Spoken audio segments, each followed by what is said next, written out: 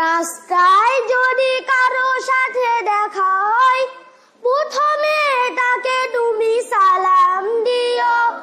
তারপর ডান হাতে মুসাফা করে ভালো মন্দের সব